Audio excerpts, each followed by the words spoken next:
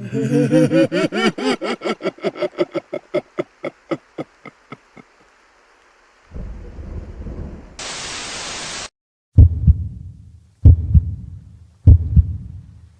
happens when the person hired to protect a building discovers that the real threat isn't breaking in from outside, but has been living in the walls all along? How many security guards have watched hours of surveillance footage only to realize they've been looking at the wrong cameras, missing what's happening in the blind spots that shouldn't exist? When your job is to walk empty hallways at 3 a.m. and your flashlight reveals shadows that move against the light, do you investigate, or do you learn which corridors to avoid? In the silent hours when most people sleep safely in their beds, security guards across America stand watch over buildings that sometimes watch back, and what they encounter in those lonely shifts can change them in ways that no amount of hazard pay can compensate for. Derek Thompson had been working security for Allied Protection Services for 2 years when he was assigned to the Westfield Office Complex, a 12-story building in downtown Indianapolis that housed a mix of tech startups, law firms, and corporate offices. The assignment seemed straightforward enough when his supervisor explained it during the briefing. Solo night shift from 10 p.m. to 6 a.m., standard patrol every hour on the hour, monitor the security camera feeds, check all doors and windows, log any unusual activity. The pay was decent, the building was in a safe neighborhood, and the overnight differential would help Derek save money for the nursing school tuition he'd been working toward. What his supervisor hadn't mentioned during the briefing was why the position had opened up in the first place. Derek only learned about his predecessor's abrupt departure during his first week on the job, when the day shift guard, an older man named Marcus, casually mentioned that the previous night guard had quit without notice after working at Westfield for less than 3 weeks. What made him quit? Derek asked, trying to keep his tone casual as he familiarized himself with the security station's equipment. Marcus was quiet for a long moment, his attention apparently focused on organizing the log books and access cards that cluttered the security desk. He said the building didn't feel right at night, Marcus finally replied. Kept reporting strange noises from the upper floors, doors that were open when they should have been locked, things moving on the camera feeds. Management had him checked out by a doctor, thought maybe he was having some kind of breakdown, but he just quit one day, said no amount of money was worth working here overnight. The story should have been a warning, but Derek had worked security long enough to know that night shifts in empty buildings could play tricks on people's perceptions. Unfamiliar sounds got amplified in the silence. Shadows moved in ways that seemed sinister until you identified their mundane sources, and isolation could make even the most stable person start seeing patterns in random events. He assumed his predecessor had simply been unsuited for solo overnight work, and that he would have no such problems. The Westfield Office Complex was a modern building completed in 2015, with an open floor plan on most levels, floor-to-ceiling windows that provided views of the city, and a contemporary aesthetic that emphasized clean lines and minimal decoration. During business hours, it was a bustling hub of professional activity, with hundreds of people moving through its halls and conference rooms. But after 10 p.m., when the last employees departed and the cleaning crews finished their rounds, the building transformed into something else entirely. Derek's first few nights passed without incident, following a routine that quickly became familiar. He would arrive at 9:45 p.m. for shift handover with Marcus, conduct an initial patrol of all 12 floors to verify that everyone had left and all spaces were secure, return to the security station to monitor camera feeds and log entries, then conduct hourly patrols throughout the night until the day shift arrived at 6 a.m. The building's security system was extensive, with cameras covering every major corridor, stairwell, and entrance point. The security station had a wall of monitors displaying feeds from 48 cameras simultaneously, with the ability to pull up any individual camera for closer inspection. Derek spent hours during his quiet shifts, familiarizing himself with every camera angle, learning which areas had coverage and noting the blind spots where the cameras couldn't see. It was during his study of these blind spots that Derek first noticed something unusual about the building's layout. There were sections of the Westfield complex that didn't appear on any of the security cameras, spaces that should have been visible based on the building's floor plans, but somehow remained outside the surveillance system's coverage. Most of these blind spots were small and easily explained. utility closets, storage rooms, and mechanical spaces that didn't require constant monitoring. But some were larger, including entire sections of hallway on the 7th and 9th floors that appeared to exist in the gaps between camera coverage zones. Derek mentioned the surveillance gaps to Marcus during one of their shift changes, expecting that management would want to install additional cameras to eliminate the blind spots. But Marcus's reaction was unexpectedly dismissive. "Those gaps have been there since the building opened," Marcus explained. "Management knows about them.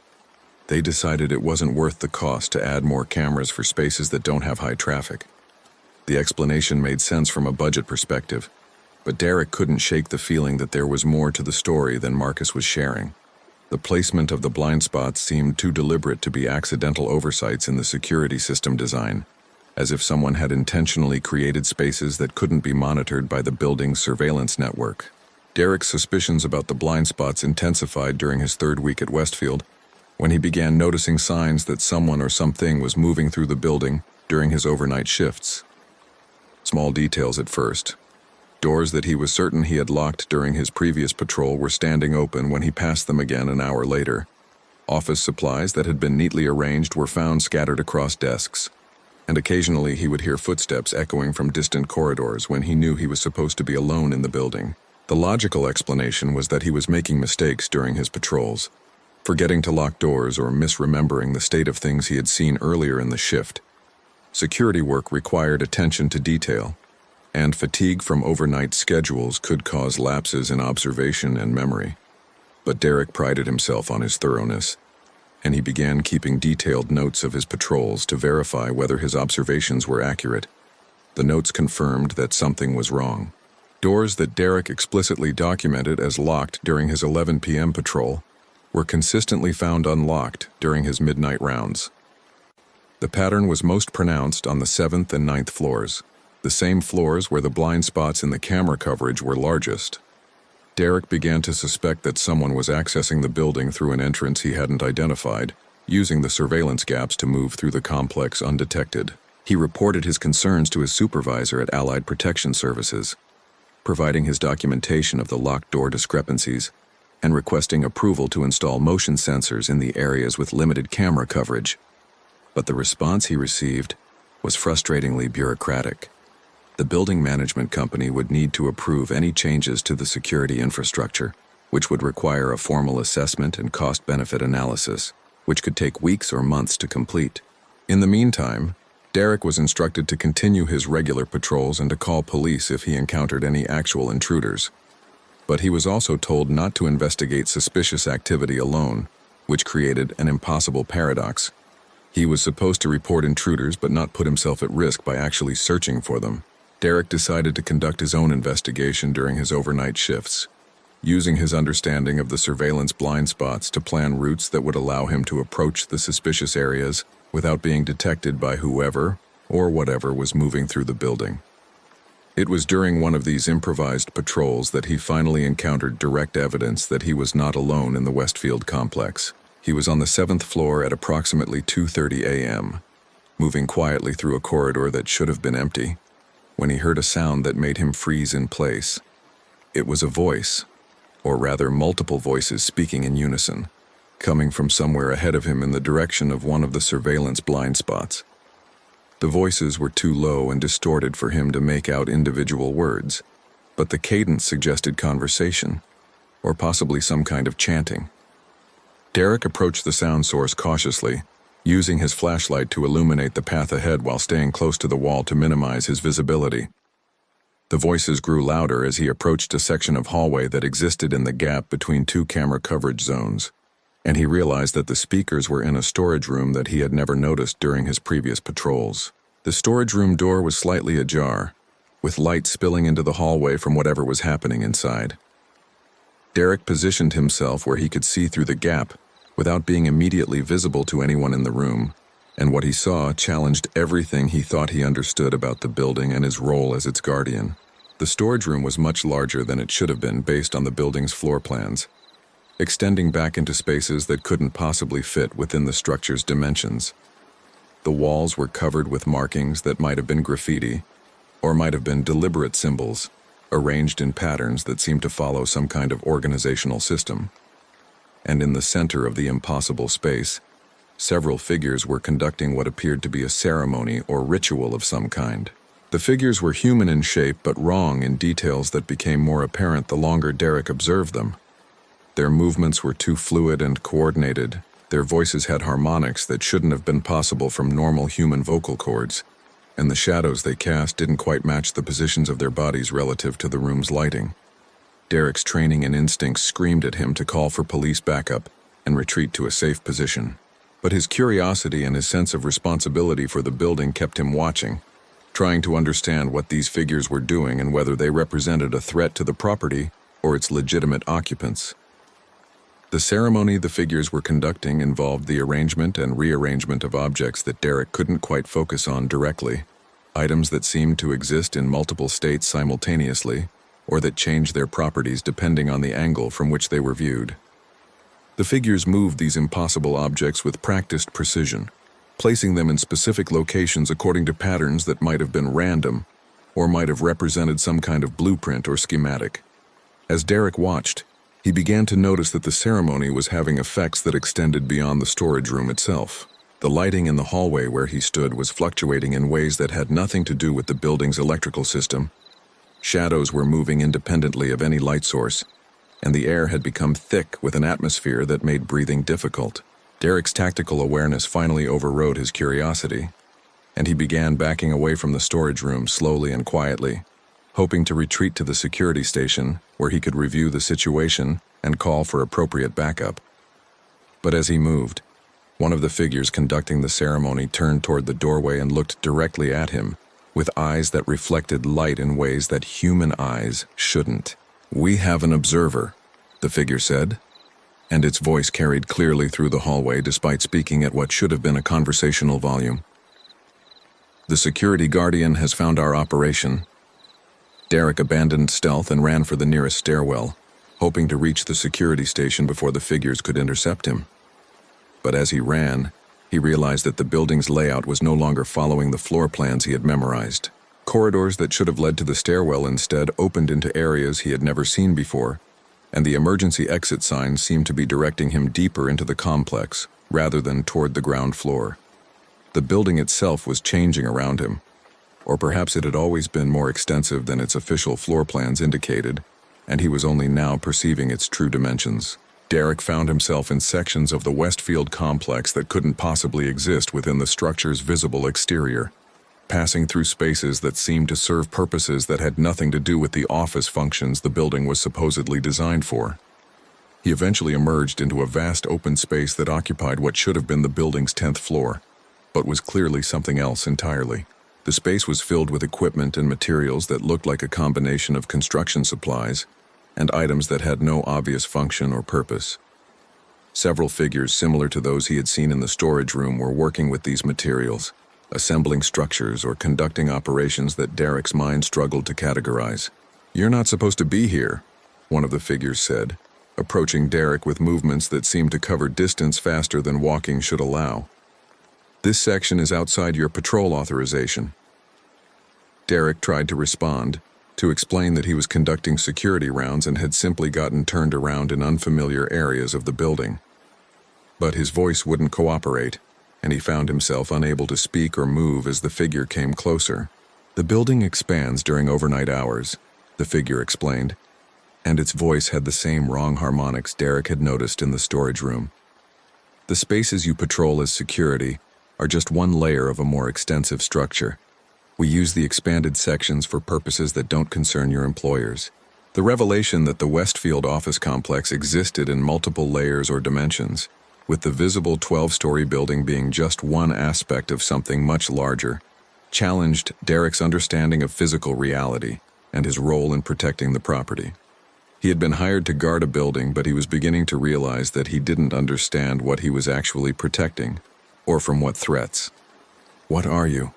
Derek managed to ask, finding his voice despite the paralyzing fear that threatened to overwhelm him. The figure that had approached him tilted its head in a gesture that might have been amusement or curiosity. "We are the builders," it replied.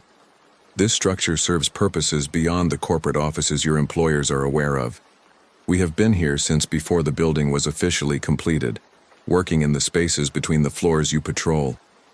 The concept of builders who had been working in hidden sections of the Westfield complex since before the building opened raised questions about who had actually designed and constructed the property. The official record showed a conventional commercial development by a reputable construction company, but clearly there had been additional work conducted by entities that weren't part of the standard building process. "Why do you need security guards if you control the building?" Derek asked, trying to understand his actual role in whatever was happening. "We don't control the building," the figure corrected. "We share it with your employers and their employees. The security system helps maintain the separation between the layers, preventing ordinary occupants from accidentally discovering our operations. Guards like you serve as the boundary between the visible building and the expanded structure." Derek realized that his job was not simply to protect the property from external threats, but to maintain the illusion that the Westfield complex was nothing more than a conventional office building. He was supposed to prevent anyone from noticing the impossible sections that existed in the surveillance blind spots, to explain away the sounds and movements that indicated activity in hidden layers, to ensure that the building's legitimate occupants remained unaware that they shared the structure with entities conducting operations that existed outside normal reality. "What happens now?" Derek asked, suspecting that his discovery of the hidden operations might disqualify him from continuing his security role. "That depends on you," the figure replied. "Some guards who discover our operations choose to quit immediately, preferring not to work in buildings they don't fully understand. Others adapt to the situation and continue their duties while accepting that the structure is more complex than they initially believed. A few even join our operations using their security access to facilitate our work." The choice being presented was clear enough. Derek could quit and find employment elsewhere. He could continue working while ignoring the impossible aspects of the building he had discovered. Or he could actively assist the entities that were using the hidden sections of the Westfield complex for purposes he couldn't fully comprehend. The financial considerations that had brought Derek to this job in the first place argued for staying and adapting. He needed the income to pay for nursing school, and finding another security position with comparable pay would be difficult. But his conscience and his sense of reality told him that working in a building that violated the laws of physics and architecture was not a sustainable long-term situation. "I need time to think about this," Derek said, trying to process the implications of everything he had learned. The figure nodded, accepting his need for consideration. "You can finish your shift normally," it said. "Use the regular stairwell around the corner to return to your patrol route. The building will revert to its standard configuration by the time you reach the 7th floor." Derek followed the directions and found himself back in the familiar corridors of the Westfield complex, with no visible indication that the impossible spaces and strange operations he had witnessed actually existed. He completed his remaining patrols mechanically, his mind occupied with questions about the nature of the building and his role in maintaining its secrets. When Marcus arrived for the day shift at 6 a.m., Derek briefed him on the night's activities using carefully neutral language that didn't mention the impossible sections or the entities he had encountered. But Marcus's knowing expression suggested that he understood exactly what Derek had experienced, even without explicit discussion. "You found the expanded sections," Marcus said quietly after Derek had finished his briefing. "I was wondering when that would happen. Most guards last about 3 weeks before they either discover the truth or decide the job is too strange even without understanding why." The confirmation that Marcus knew about the building's impossible aspects and had been working with that knowledge for years gave Derek someone to discuss the situation with, though he remained cautious about revealing everything he had seen. "How long have you known?" Derek asked. "Since my 2nd month here," Marcus replied. "I was on a night shift covering for the regular guard when I encountered the builders in one of the 7th floor blind spots. They explained the situation the same way they apparently explained it to you. I decided to stay because the pay was good, and because I found the whole situation fascinating once I got over the initial fear." Marcus's acceptance of the building's impossible nature and his matter-of-fact discussion of working alongside entities that shouldn't exist helped Derek process his own experience. If Marcus could adapt to the situation and maintain a normal life while working security in a building that existed in multiple dimensions, perhaps Derek could do the same. Over the following weeks, Derek continued his security duties while gradually learning more about the expanded sections of the Westfield complex and the entities that inhabited them. The builders, as they called themselves, were conducting long-term projects that involved manipulating space and materials in ways that conventional physics couldn't explain. They weren't hostile to human presence in the building, but they preferred to work without interference from people who couldn't understand or appreciate their methods. The relationship between the builders and the building's legitimate occupants was more symbiotic than parasitic. The corporate offices and professional firms that rented space in the Westfield complex provided cover and legitimacy for the structure, making it appear to be nothing more than a conventional commercial property. In exchange, the builders maintained and enhanced the building in ways that benefited all occupants, including those who were unaware of their presence. Derek noticed improvements in the building that couldn't be attributed to normal maintenance: climate control systems that worked perfectly despite aging equipment, structural issues that resolved themselves without repair work, and subtle enhancements to the property that made it more attractive to potential tenants. The builders were apparently invested in the building's success and were actively working to ensure it remained a desirable location for businesses. But the builders' operations also created risks that Derek had to manage as part of his security role. Occasionally, their work in the expanded sections would create phenomena that were visible or detectable in the normal areas of the building, requiring quick thinking and creative explanations to prevent tenants from becoming alarmed. Derek learned to attribute strange sounds to HVAC systems, unusual lights to electrical surges, and mysterious movements to reflections or optical illusions. The deception required to maintain the building's appearance of normalcy weighed on Derek's conscience, especially when tenants reported experiences that he knew were genuine encounters with the builders or their operations, but had to dismiss as imagination or misperception. He was facilitating the coexistence of two communities, the visible human tenants and the hidden builders, by ensuring that neither group fully understood the presence of the other. Derek's relationship with the builders evolved from wary coexistence to something approaching cooperation. He learned to recognize when their operations were creating effects that might be noticed by daytime occupants, and he would sometimes alert them to potential exposure risks before problems developed. In exchange, the builders would inform him when they were planning activities that might affect his security patrols, allowing him to adjust his routes to avoid encountering phenomena that he wasn't yet prepared to handle. The cooperative relationship made Derek's job easier in many ways, but it also deepened his involvement in maintaining the building's secrets. He was no longer just a security guard who happened to work in an unusual location.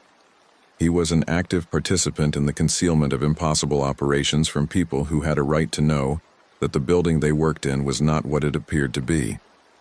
The ethical implications of this role troubled Derek, particularly as he got to know some of the building's daytime tenants and realized that they were good people who deserved honest information about their work environment.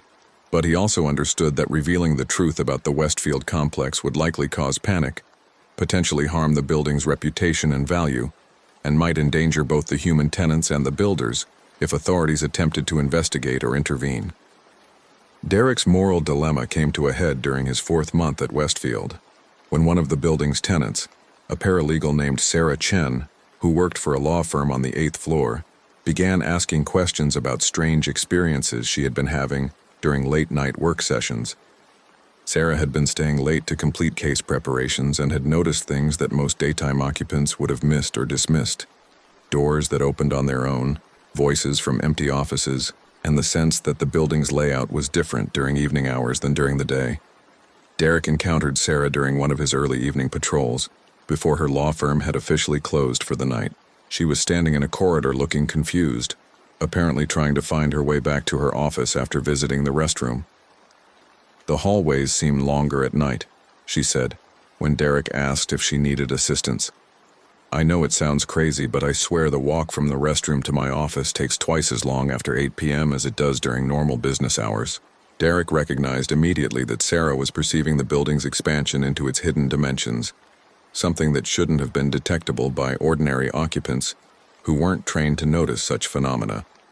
Her sensitivity to the spatial anomalies suggested that she might be someone who could eventually perceive the builders and their operations, which could create significant problems for the careful separation that Derek was supposed to maintain.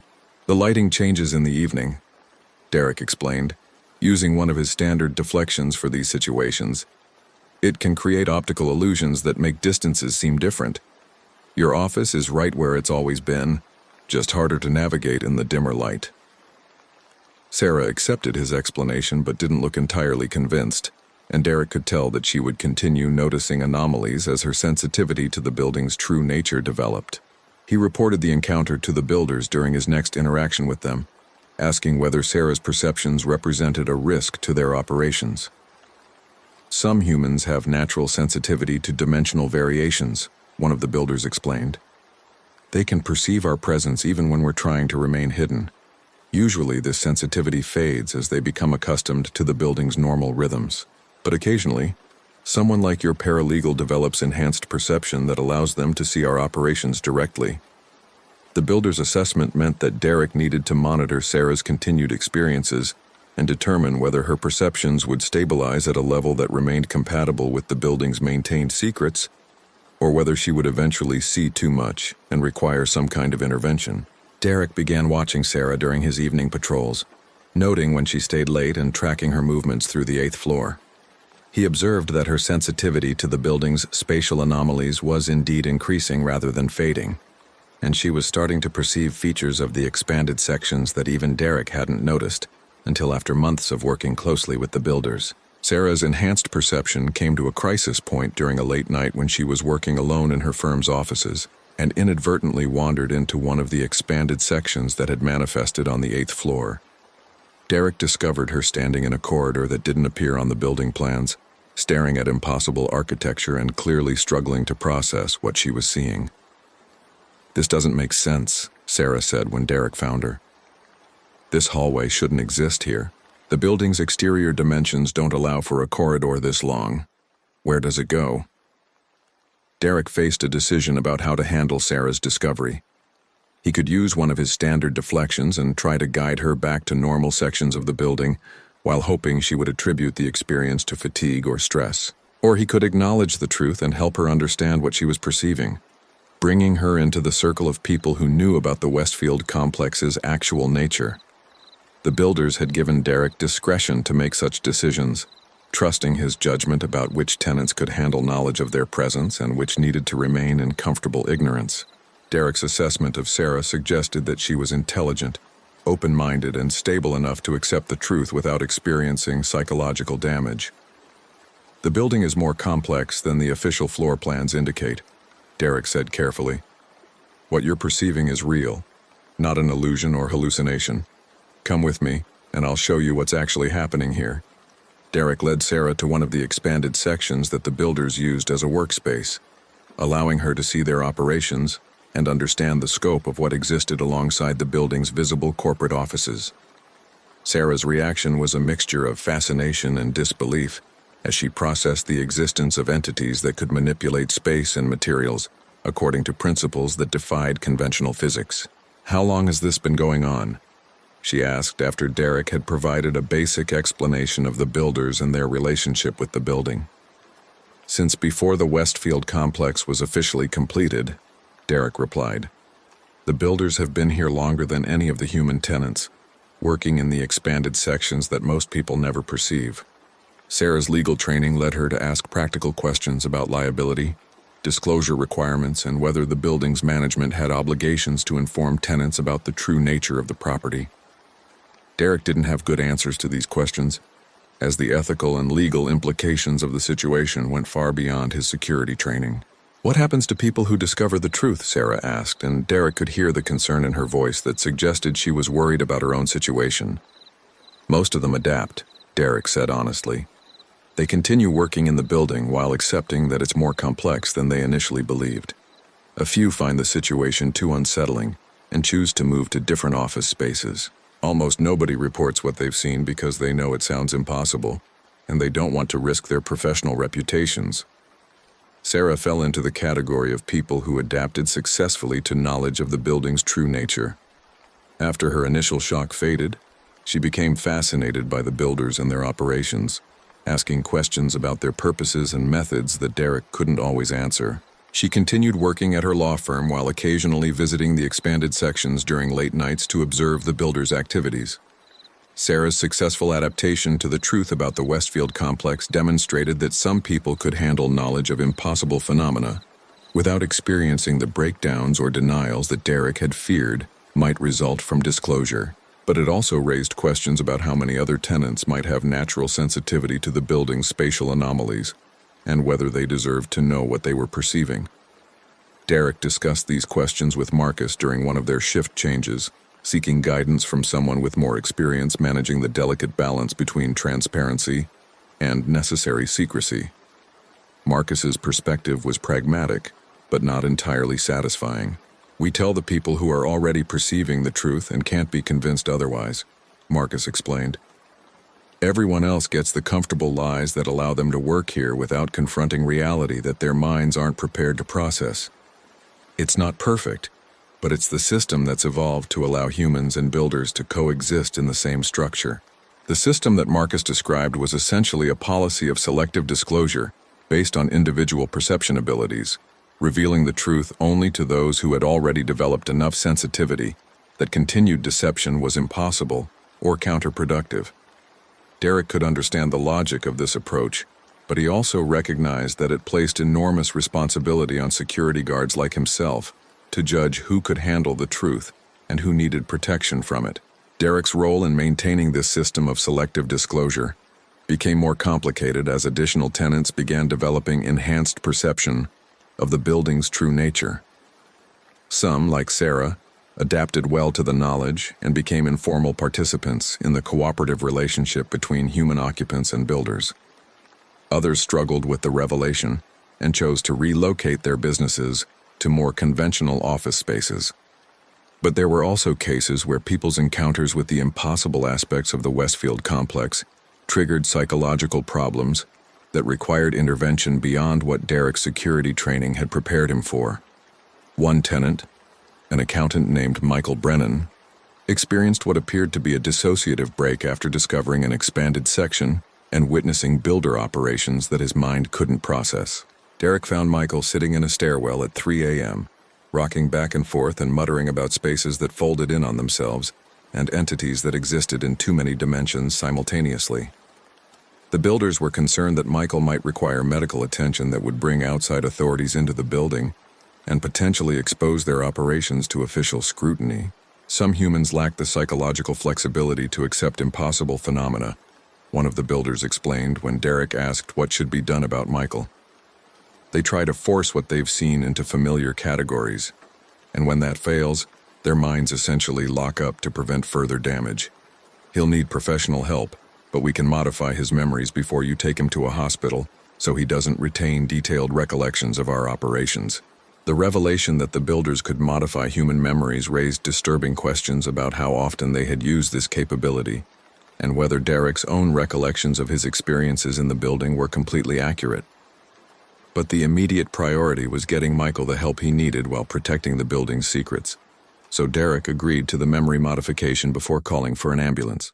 Michael recovered physically from his dissociative episode, but his memories of that night were vague and incomplete. He attributed his breakdown to work stress and chose to resign from his position at the accounting firm, relocating to a different city where he could start fresh without the psychological burden of whatever had happened to him in the Westfield complex. The incident with Michael demonstrated the real dangers involved in working in a building that existed in multiple dimensions simultaneously. And it made Derek reconsider whether the financial benefits of his security position justified the ethical compromises and potential psychological risks he was accepting. He had originally taken this job as a way to fund his nursing school education, but he was beginning to question whether any amount of money was worth participating in a system that manipulated people's perceptions and memories to maintain impossible secrets. Derek's growing moral concerns about his role came to a head during a conversation with one of the builders who seemed to have taken a particular interest in his development. The entity, which had asked Derek to call it architect, though whether that was a name or a description of its function wasn't clear, appeared more willing than most of its kind to discuss the philosophical implications of their shared work. "You're troubled by the deception required to maintain coexistence," Architect observed during one of their conversations in the expanded sections. "You feel complicit in preventing humans from understanding the true nature of their environment." Derek acknowledged that this was indeed his primary ethical concern. "People have a right to know when they're working in a building that violates the laws of physics," he argued. "We're making decisions about what they can and can't know without their consent." Architect's response was thoughtful but ultimately unsatisfying. "Complete disclosure would cause more harm than selective secrecy," it explained. "Most humans lack the conceptual frameworks to process information about dimensional variations and spatial anomalies.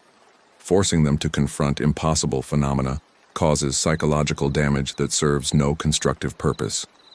We reveal the truth only to those whose perceptions have already prepared them to accept it." The argument made logical sense, but Derek struggled with the paternalistic assumption that the builders and their human collaborators were qualified to decide what knowledge others could handle. The policy of selective disclosure essentially created two classes of building occupants: those who knew the truth and those who were deliberately kept ignorant for their own supposed protection. Derek's philosophical debates with Architect continued throughout his remaining months at the Westfield Complex, exploring questions about the nature of reality, the limits of human perception, and the ethics of maintaining impossible secrets in service of peaceful coexistence between communities that experienced the world in fundamentally different ways. These conversations were intellectually stimulating, but didn't resolve his fundamental discomfort with his role. In the end, Derek made his decision about continued employment at the Westfield Complex not based on philosophical principles, but on practical recognition that he was changing in ways that would make return to conventional security work increasingly difficult. His extended exposure to the building's impossible aspects and his collaboration with the builders had altered his perception permanently, giving him abilities to see and understand phenomena that most humans couldn't detect. He could now perceive dimensional variations in other buildings, recognizing when structures existed in multiple layers of reality, even when those layers were hidden from normal perception. He could identify entities like the builders in public spaces, noticing the small tells that distinguished them from baseline humans. Most significantly, he found himself unable to accept the consensus version of reality that most people operated under, always aware of the impossible layers lurking beneath apparent normalcy. These changes meant that Derek was no longer suited for conventional employment, that required him to pretend that the world operated according to simple, comprehensible rules. He had been transformed by his work at the Westfield Complex into someone who could function comfortably in impossible situations, but struggled with the mundane requirements of normal life. Derek decided to continue working security in buildings that existed in multiple dimensions, accepting that his career path had been permanently altered by his experiences. He transferred within Allied Protection Services to positions at other locations that, like the Westfield Complex, maintained secret relationships with entities that operated outside normal reality. The work was demanding and ethically complex, requiring constant judgment calls about disclosure, intervention, and the balance between transparency and necessary secrecy, but it also provided Derek with a sense of purpose that conventional security work had never offered, allowing him to participate in maintaining peaceful coexistence between communities that most people didn't know existed simultaneously in the same physical spaces. Derek's story became part of the oral tradition that was passed between security guards who worked in impossible buildings, a cautionary tale about the transformations that occurred when ordinary people encountered phenomena that challenged their understanding of reality. He had started his position at the Westfield Complex as someone looking for a steady paycheck to fund his education, and he had become something else entirely: a guardian of secrets that most people weren't prepared to know, a bridge between communities that experienced reality in fundamentally different ways, and a participant in maintaining the comfortable illusions that allowed human civilization to coexist with entities that had been here long before humans and would likely remain long after. The Westfield Office Complex continued its operations, serving visible corporate tenants during business hours while providing workspace for the builders in the expanded sections that manifested during overnight hours. The security guards who protected the building maintained the careful balance between disclosure and secrecy that prevented conflicts while allowing both communities to pursue their objectives without interference. And somewhere in downtown Indianapolis, in the quiet hours when most people slept safely in their beds, new security guards walked empty hallways and watched surveillance monitors showing only partial views of the buildings they protected, slowly discovering that their real job was not preventing intrusions but maintaining the boundaries between realities that existed in the same locations, but experienced the world in fundamentally different ways. If this unsettling account of what security guards really encounter during those long overnight shifts has made you reconsider every strange sound or shadow you've dismissed in empty buildings, you're starting to understand what professionals in this field learn to live with every single night. Have you ever worked security in a building that felt wrong in ways you couldn't quite explain? Have you noticed areas that seem different when you're alone compared to during busy hours? Share your own security guard experiences or encounters in buildings that didn't behave the way they should in the comments below. Your story might help others understand that they're not imagining the impossible things they witnessed during those lonely 3 a.m. patrols. And if this tale has revealed that the people we trust to protect our buildings are actually guarding secrets far stranger than simple property security, hit that subscribe button to stay informed about the hidden realities lurking in the places we think we know. Because sometimes the most terrifying truth isn't what's trying to break into the building. It's what's been living in the walls all along, and the guards who learn to work alongside it while keeping the rest of us blissfully unaware.